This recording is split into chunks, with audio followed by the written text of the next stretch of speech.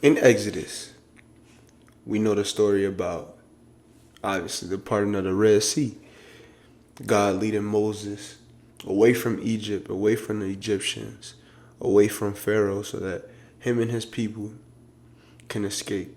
And I want to go over Exodus apart from the Red Sea miracle. There are some things, if you read, some intricate things, some significant things that you could pick up, and we're just gonna be going over a couple sections. So to start off, let's flip to chapters 9 and 10. Throughout these last couple of chapters that I have been reading, it talks about the 10 plagues that God sends on Egypt and on the people of Egypt. And it says throughout that Pharaoh's heart is hardened. He won't let the people go no matter what happens. Locusts were sent. People were getting boils and sicknesses. Darkness came. Obviously, the most known, the firstborn of every family was killed who did not have the Passover blood. Things like this. And when we tend to talk about this story, we tend to talk about it from the perspective of the people. The perspective of the people of Egypt, or the perspective of Moses, who is telling Pharaoh, let my people go. But not from Pharaoh's perspective. And I think if we look at this story through the lens of Pharaoh, we can identify the flaws that we also see in ourselves, because we too are a lot like Pharaoh. And I'm going to explain why.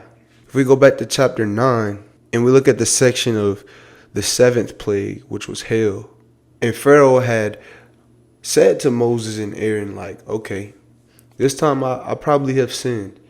The Lord is in the right and my people are in the wrong. He says that in verse 27.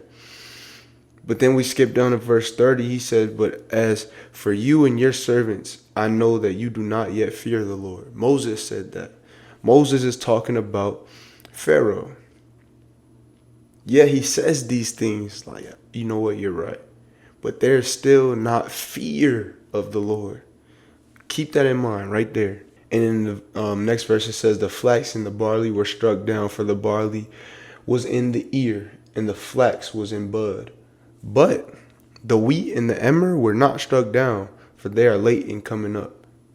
And then we later see at the end of the section, it says, but when Pharaoh saw that the rain and the hail and the thunder had ceased, he sinned yet again and hardened his heart, he and his servants. So he did not let the people go.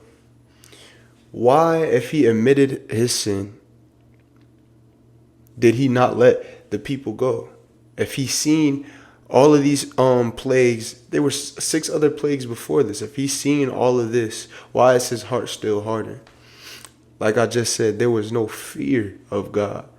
There was no fear of God. And believe it or not, this is you. I'm telling you, this is you. You do not yet fear the Lord, and that's why you cannot get over that sin. That is not why. That is why you cannot let go of what you're holding on to. That is exactly why. It's exactly why you can't let go and step into what God has called you to do. You say you love God. You say you want God. You say you believe and have faith in what he has for you. You say all of those things. But in reality, you don't want the things that come with God's calling. You don't. Because that letting go is harder to you than holding on to all that baggage. And I'm not talking about things that you're going through, but I'm talking about the sins that you can't let go of. Yes, or the things that you have gone through may have an influence on the sin that you're committing, but at the end of the day, you're still sinning. So what are you going to do about that? We see in the text that Pharaoh has this it ain't that bad type of mindset. He's okay with the consequences. That is why his heart is still hardened. He's okay. He's okay with not fearing the Lord fully, because he ain't destroyed this crop yet. He ain't did this to me yet. So I'm going to keep on doing what I'm doing. And that's how we treat God and sin. Because God is showing you grace and mercy on the things that you are doing against him, you think it's okay to push over him because you don't fear him. But you don't see that condemnation, that wrath that he's going to bestow upon you in the long run. You don't see the detriments yet right now. So you continue to do what you're doing.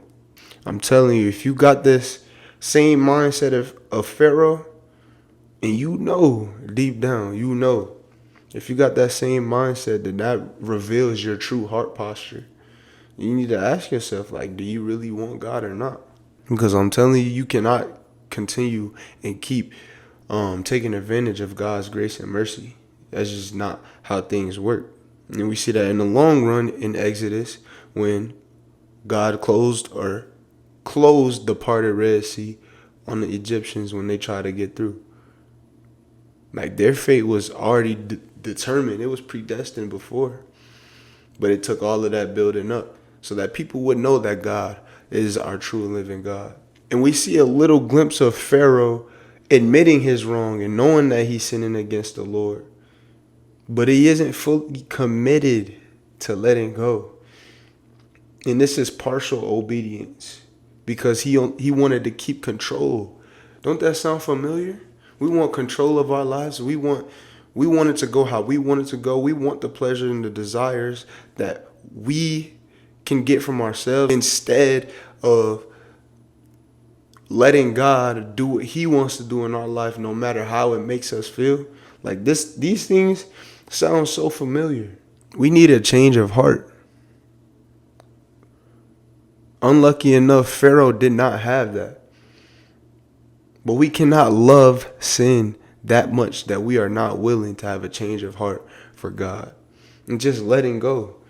And I would ask you, like, what are you holding on to? And whatever you are holding on to, like, what are you willing to let go of and surrender to God? It's either you give it all or you give nothing. Partial is nothing. You have to surrender fully to God. You got to be 10 toes, 2 feet in. And this determines your heart posture and ultimately your consequences, good or bad. So let's not be like Pharaoh.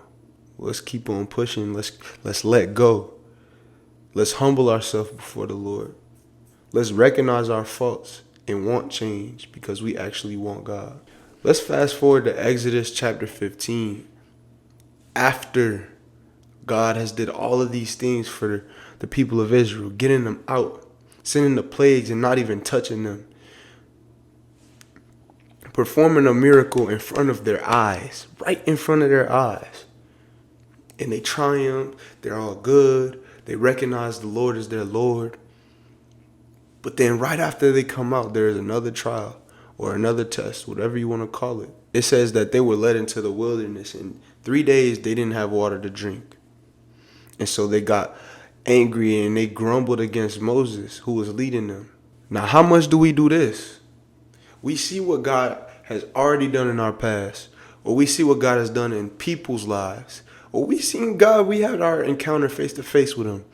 Whatever that may be, you've seen God work. And then something comes along in your path and you lose all trust that you once had.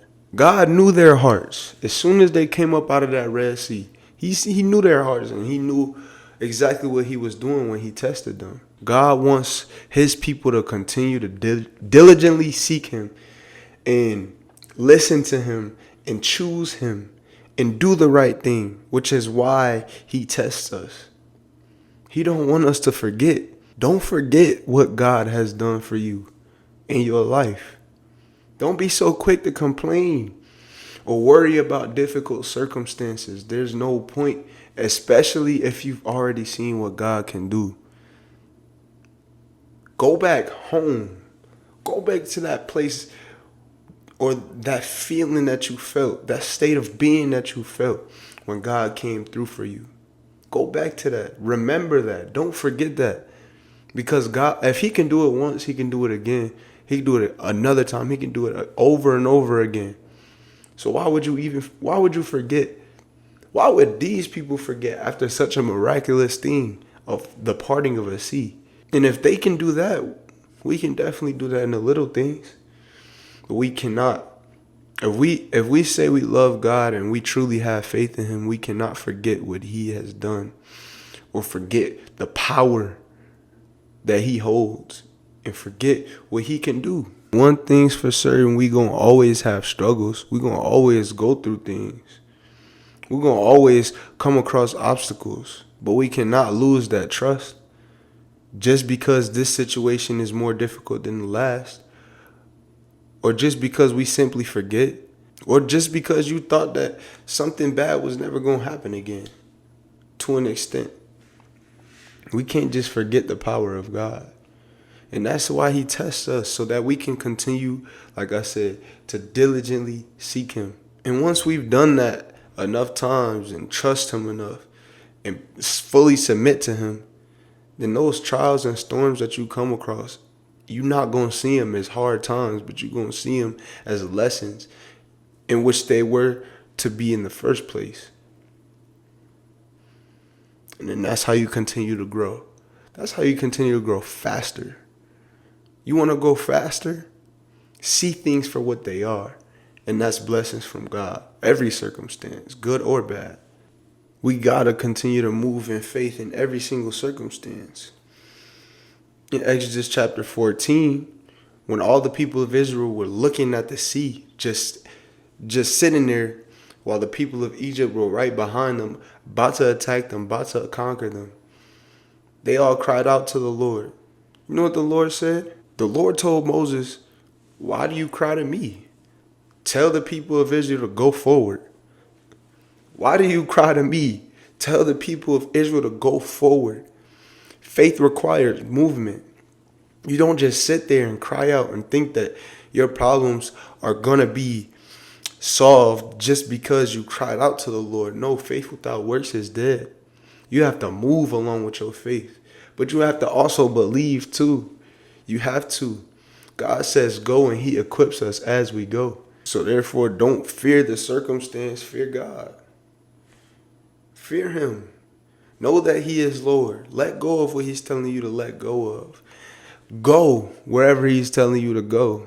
You got to have faith that it's all for the betterment of you, for the good of you. You got to, because it is. With God, it is.